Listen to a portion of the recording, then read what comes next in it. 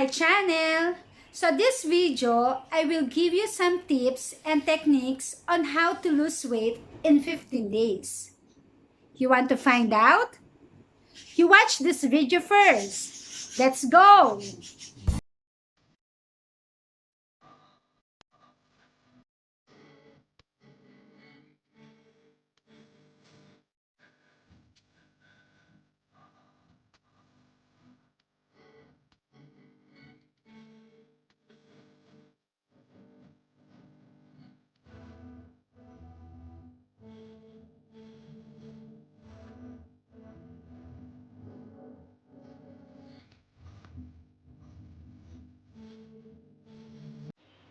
Those pictures were taken a year ago.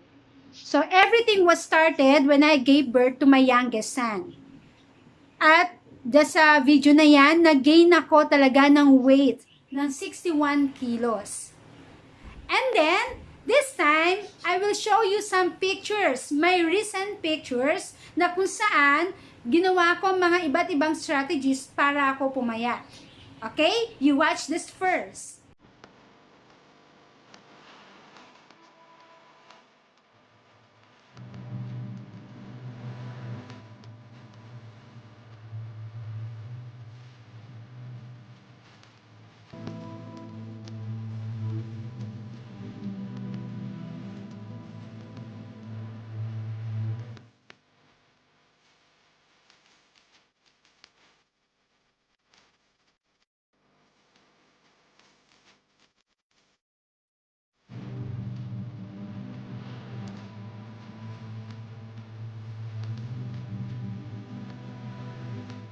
Okay guys, ngayon napanood nyo na yung aking before and after videos.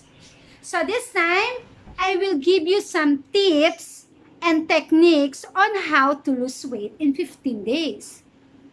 Really? In 15 days?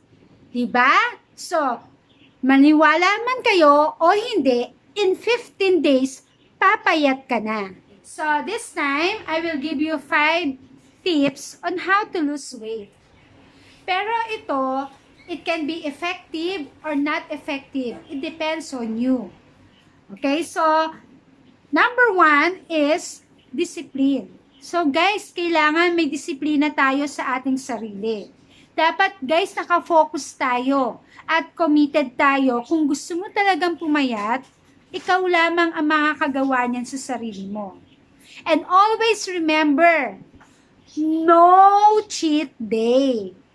So, minsan, di ba, natatempt tayo na kumain ng mga matatamis. Na minsan gusto natin kumain ng mga, kahit busog na tayo, gusto pa rin natin kumain ng kumain. Kasi minsan nagkikrave tayo.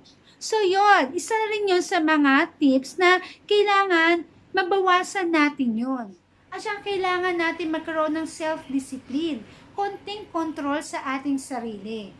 Mahirap, pero kakayanin mo at kakayanin natin kung gusto mo talagang mamayat. Actually ako, sa totoo lang, nagfo-focus ako sa work. Kapag minsan may time na nagugutom na ako at nakikita ko yung mga friends ko na nagkakainan, ang ginagawa ko, umaalis ako. Even my family, kapag yung mga kids ko kumakain sila, ang ginagawa ko, hindi ako sumasabay. And I will always tell them, mauna na kayo, mamaya na ako kakain. Kasi alam ko, kapag sumabay ako sa kanila, mapapakain ako at mapapadami ang aking pagkain. At yung self-control ko, mababawasan. Yung self-discipline ko. That's why guys, you need to focus. Focus lang. You should have also your plan. Planado dapat. And sa bawat plano, meron ka dapat objectives. At ang isa sa mga objectives mo is you are going to lose or how are you going to lose your weight. Number 2, exercise. Mahirap, walang oras, pero kailangan. Hindi ko po sinasabi sa inyo na magkaroon kayo ng heavy exercises. Simple exercise will be a great help too to lessen or to burn your fats and calories sa body. Ako personally, walking is the best exercise for me. So, pagkagising ko sa umaga, lalabas ako, nag-walk lang ako dyan within the village. O kaya, instead na sumakay ako ng pedicab, ng tricycles, so ang ginagawa ko, nilalakad ko lang, lalo na't kung alam kong malapit lang naman. And another thing is, kaysa sumakay ako ng elevator or ng escalator, I use stairs. Kasi sa paggamit pa lang ng mga stairs or hagdanan, nakaka-burn niya ng ating mga fats and calories. Okay guys, so number 3, foods. So pipili kayo ng mga pagkain na low carbs o low calories. So ako personally, kapag nagugutom ako sa breakfast or even lunch, ay nagpapa-boil ako ng egg. Ito po ay organic. Kasi mas masarap yung organic kaysa dun sa white na egg. Actually, pwede rin naman yon. Pero ito kasi hindi ako nalalansahan kapag organic. Okay, so boiled yan, pwede rin po yung fried.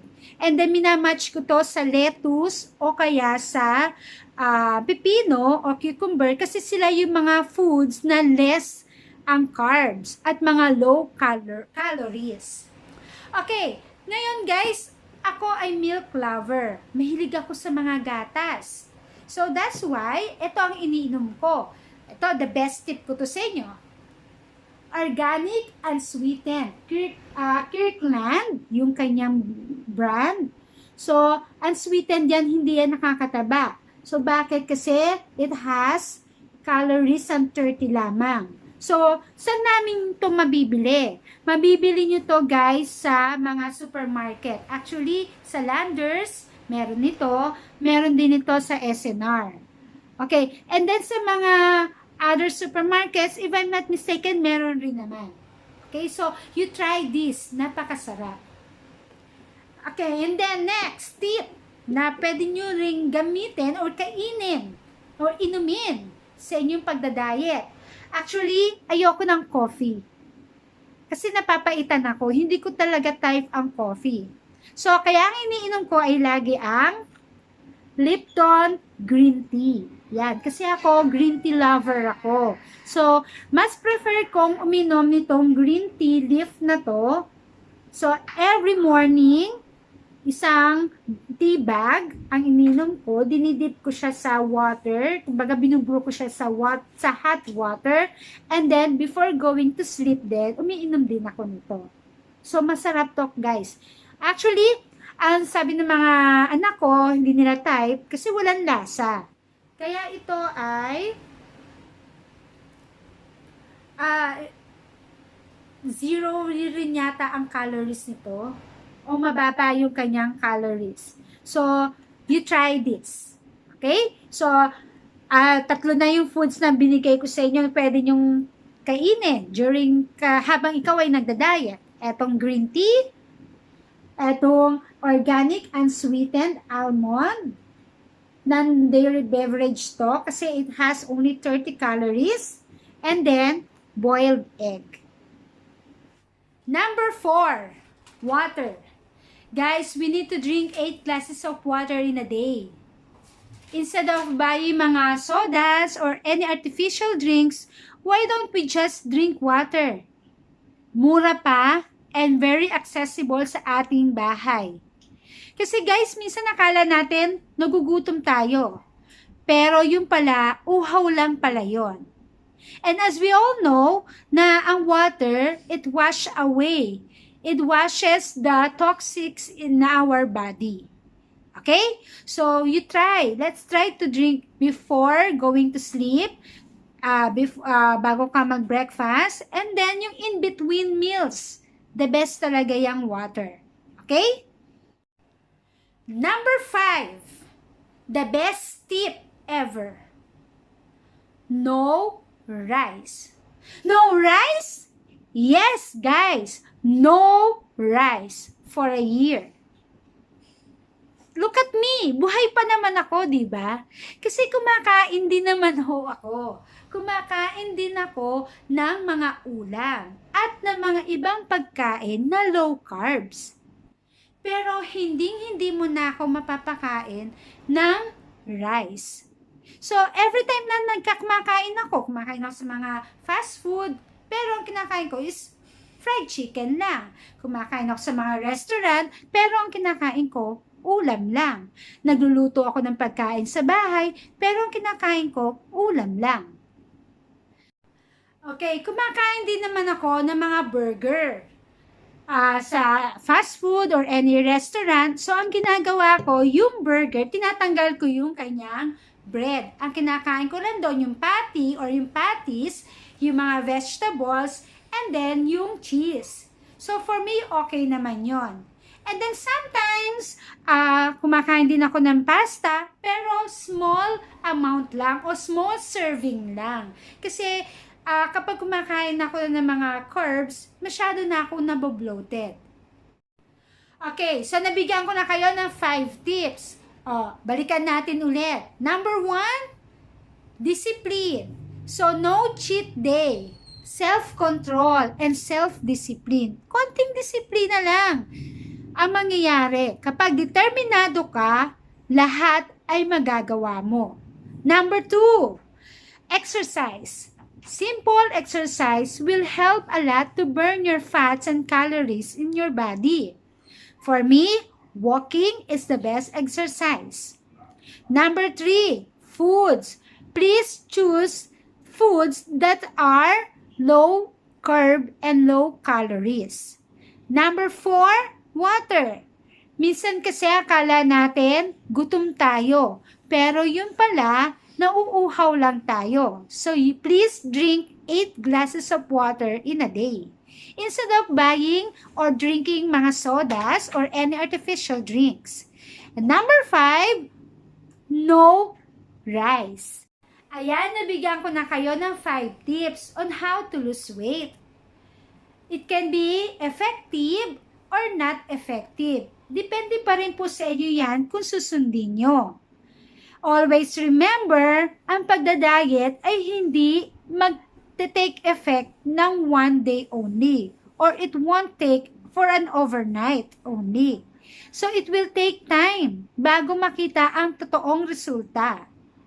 So, ngayon po, always remember, you're still the boss of yourself. So, I hope you learned something from me dito sa video na to.